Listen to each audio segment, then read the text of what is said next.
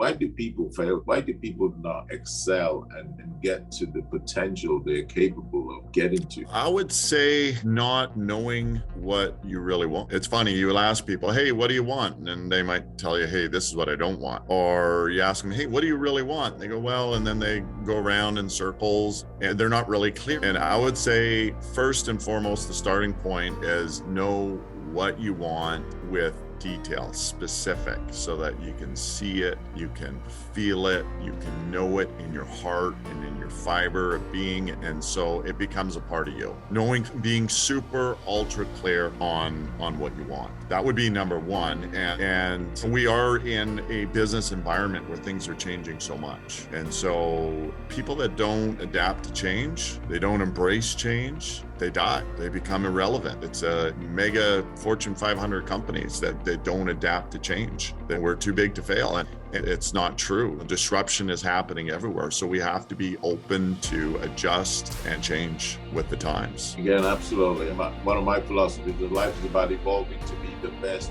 you can be. And you've got to constantly be changing because the world is changing too. And if you don't keep up with the world, you're going to be left behind. But you talk about people not being focused, not being clear. I know you and I have done a lot of projects we've done about that vision, having that vision, in a vision board. How important is that? Without a vision, people will perish, right? And a vision is really more of a longer term goal, if you will. It's being able to see where you're going, and see in many cases is believing, and we have to believe in possibilities. Sometimes we have self-doubt. Sometimes we doubt ourselves. If we see other people doing it, it inspires us that, hey, we can do it too. If other people haven't done it yet and you're a pioneer walking in a path, you have to have a vision. You have to see further ahead than anybody else. And that's usually 3 to 5, sometimes 10 years down the road. Yeah. Yeah, that vision board is so important. We did it in our goal setting exercise.